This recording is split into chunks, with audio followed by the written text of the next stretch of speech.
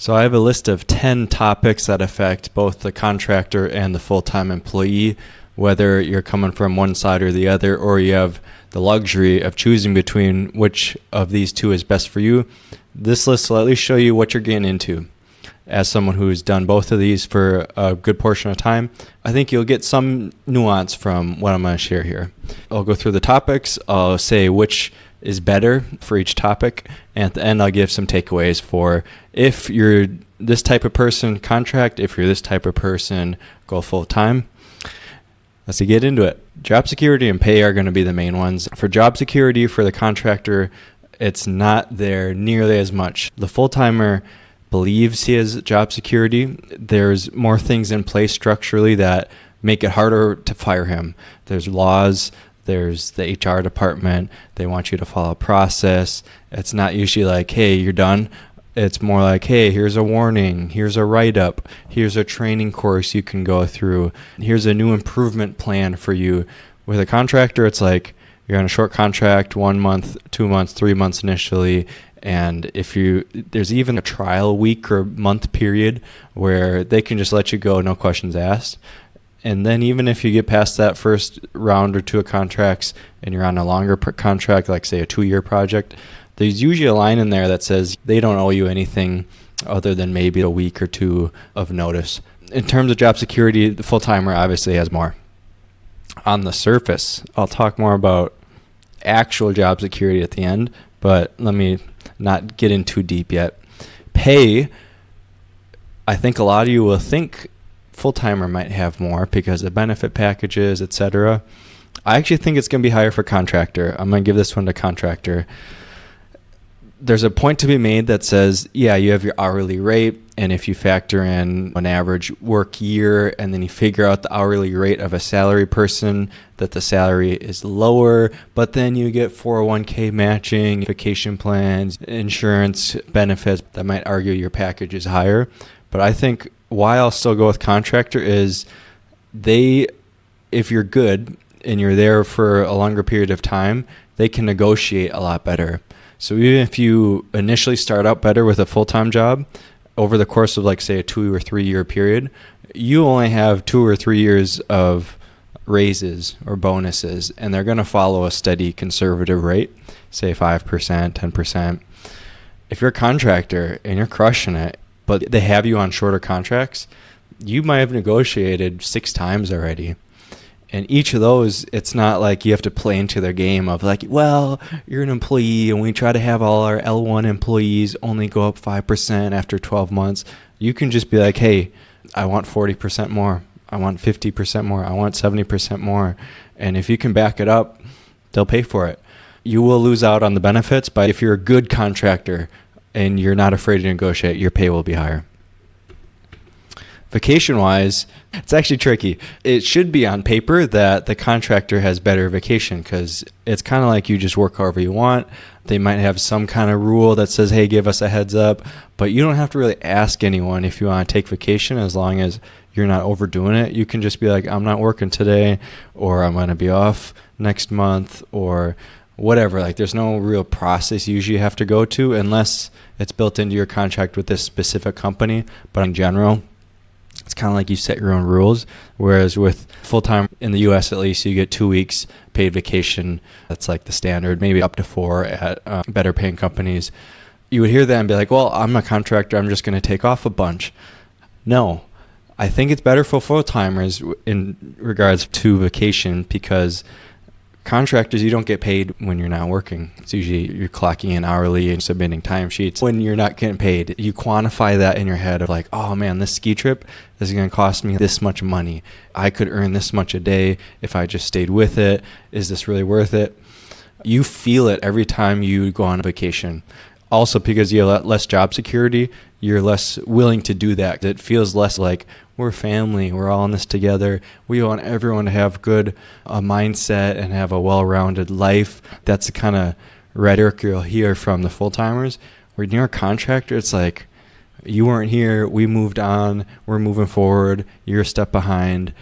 It's kind of like if you were in a nice school where they really cared about you and you had a great teacher who wanted to support you if you had some kind of injury or something or illness, versus like if you had rough teachers or rough school and they don't care if you get left behind and they're just moving forward regardless.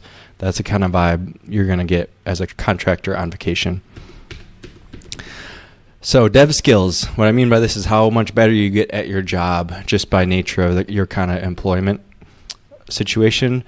Contractor, no doubt they're better. They see more things and they know fundamentally that if they're not good, they're going to be dropped.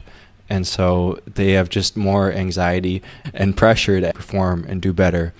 Full-timer, I could see this going in their direction for the minority of cases when they're at a really exceptional place of work and the people there they can just learn so much from, and they give them the time to learn and educate, like say a Google, where they say 20% of your time is just spent on learning and developing.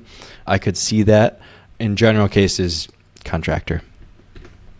Life skills. What I mean by life skills is how to negotiate, how to time management, how to talk to people, how to bring up hard conversations.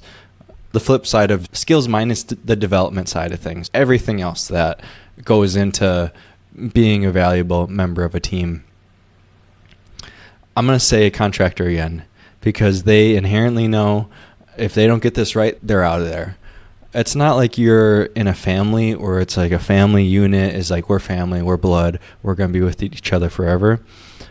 It's more like you're in a new school. You want to be nice to people, learn how to ingratiate yourself with them, get along, and you have to learn how to play politics. You have to learn how to adapt to their communication style, their preferences, how to bring value, how to kind of weave through both their messy code base but also their organizational structure. And I just find that the contractors know how to survive and adapt better than the full-timers because they get lured into this thought that we're family, I can do whatever I want, they owe me something, I've been here this many years, therefore I'll be here this many years in the future, and that's a trap. That's a trap, and it leads to you being less developed in your other skills. Authenticity. What I mean by this is just how real you can be at work and outside of work. So there's less structure when you're a contractor. You don't really have to report to HR as much. You don't go through the employee training. You're not so much an ambassador of the brand itself. On your LinkedIn, you're probably showing your contracting company, which no one knows, and you're not really representing the big company you're working for. You can just be more real. If I listen to 5 conversations from developers, I can pick out which of them are contractors and which of them have to tiptoe a little more and just be a little safer. That matters a lot to me. I know a lot of people just don't care and they're like, I'm just going to keep it business. But I care that when I go on here, when I'm on LinkedIn, like I can keep it a little more real. And that is the case because I'm a contractor. It's a liability for a lot of their employees to be too authentic online because it makes them look bad. And you'll start hearing from them if you do that. Camaraderie, though. So we had 3 in the contractor role, and it looks like they're going to run away with it. However, definitely not this one.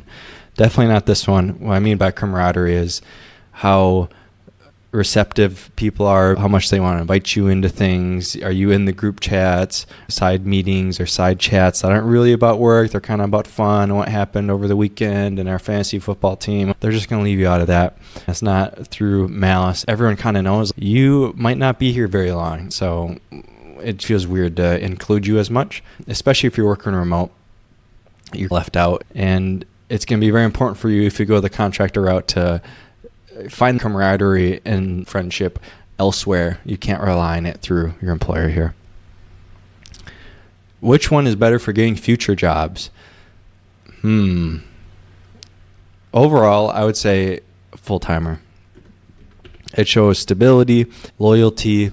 It shows you've been on the project for a long time, especially if there's a household name that you're working for. It's recognizable. That's probably better for that. However, a lot of people, when they see tech jobs or they hear about developers make this much money, a lot of it's skewed towards the coast, New York, San Francisco, Miami, Austin, and all the big names, FANG, and the kind of tier 2 FANGs. If you're just working at a company that needs software, not a tech company, like for example, The metropole nearest to you has a newspaper, and they need developers to maintain the site. So it's coding, but it's not really deep tech. Then I think it's not good that you've been there for 5 years. What are you doing? Developing little plugins for websites, tweaking things here and there. A university is another good example. You're maintaining stuff, building little things, but it's not like you're working on an innovative startup or you're working in 5 different companies and seeing this huge array that a contractor might. But on balance, say an average tech company, whether you're a full-timer or contractor, I think full-timer just gives you a little more benefit of the doubt when it comes to how good are you going to be at a future job. Quality of life. Full-timers have a slight lead right now, but this one's a no-brainer. The vacation, job security, camaraderie, just all the nice little benefits you get. Like if you're in office and you get half off your meals, or they give you free food, or there's little parties that happen. You can bring your dog in one day. It's just kind of fun. A lot of them will have committees, or it's their job to make life a little nicer for you, a little funner for you. Stuff adds up, and you're not going to do all that for yourself when you're just working with a team of 1. So full-timers, with a disclaimer about this at the end. Admin. Okay. When you're a contractor, it's usually you got to set up an LLC, you got to do your taxes differently, you got to do your accounting differently, report your timesheets and hourlies, you got to have your own insurance, maybe you track mileage. There's just a lot of admin you have to do, and there's a lot less for a W-2 employee. So full-timers get that. Okay. Bonus. This is the life mode. These are the kind of hints I was talking about leading up to this point. On the surface, there's less admin when you're a full-timer. You have people looking out for you. You have job security. When you're a contractor, you don't have those things. What I mean by life mode is you have to see life differently. You are forced to operate on the mode of I eat what I kill. I have to earn my spot here every couple months. I have to fight for myself and what I'm worth every couple months when there's a new negotiation. Even though all these people are having side conversations and camaraderie, I have to be so good that I'm valued as good or better than them, even though they have a lot of those popularity factors going with them. And it just makes you become someone who is more focused on delivering value. Because at the end of the day, they're going to keep renewing your contracts or even offer to bring you on full time if you just crush it. I think that's a meta skill. Maybe I should just say meta skill. Just how to be, how to live. I think you can get disillusioned with the full-timer role and get too comfy. You get lured into this narrative that I've been here, they love me, we're all in this together, and that's all fine when it's going up. COVID times, and then when it starts going down, post-COVID times, contractions happen, recessions happen. Now these are the guys that are left with less skill, with less life skills, with less dev skills, disillusioned, bitter, because they're seeing this for the first time, whereas the contractor is like, welcome to my life. It's always been like this. So I'm going to say contractor. Those were, let's see, 1, 2, 3, 4, 5 for contractor. I guess that means 6 for full-time. Pretty close. Not very conclusive if we're just going off this list. However, I think you should definitely go full-time if you're just out of school, because you don't have your reputation yet. You can't deliver at a high level just yet. There's a lot of theory and you've done your side projects, but you haven't learned everything that goes into shipping product with DevOps, with legal requirements, with accessibility, with how to debug and prod. There's a lot of little things that happen that you will naturally get on a bigger team as a full-time employee. And they'll give you more slack because they know this is a long-term investment in a young person. We're going to learn and teach them how to do it our way. If you mess up, it's not that big of a deal. And you can learn skills about how to be professional and do all the little things involved in shipping software. It's a good deal for you. If you have an offer to a big name company with great benefits, then I think full-time makes sense, especially if you want to stay on this route of being an employee and getting higher pay and equity. Join a FANG company, do good work, make more money, save it, invest it, provide for you and your family. If that's a path that you're happy with, definitely do that. Definitely do full-time if you're the type of developer who just wants to code. So I always say there's two types of developers. There's a type who just loves coding. Like, he loves being at the keyboard. He will do that all day. It's like his joy. He's happy as long as he's at the keyboard typing away in code, and everything else just falls in the background. He stays in the flow, and he's like your prototypical coder guy that everyone thinks of. The second type is the utilitarian, I would say, or the pragmatist, who is most of us. That's me. This person wants to better their lives. They are capable of learning. They like the intellectual challenge of coding, but they also have other things going on. It's not like if they had 2 weeks open, they would spend it all coding, like maybe a little bit, but they'd also be doing other stuff with their life, and this is an outlet for them to provide and make room for those other things they care about. If you're the first type, full-time, clearly, but you have to be good at knowing your worth, because they will take advantage of you if you let them. If you don't negotiate, if you let them say, yeah, we'll consider a raise next year after your performance review, even though you're crushing it, because you naturally will crush it as someone who likes coding a lot. You got to be careful about that. The admin you are saving, the camaraderie, the kind of structure they're building around you to support you, no brainer for a full-timer. You should contract if you've already worked full-time for a portion. I still think that's the best route right out of school, and you're at that intermediate advanced level, and you want to maximize your money and your skill. So maybe you had a full-time job for a bit and got a little too comfy, and you're like, I want to go for it, man. I want to just send it again. You know, you're kind of in a rut at your current company. I think jumping in this environment could be a good kickstart to your system.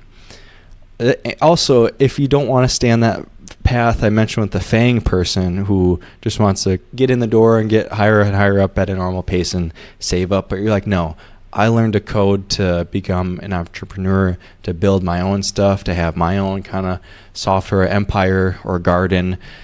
And you know that you're going to have to ascend beyond just developer skills eventually.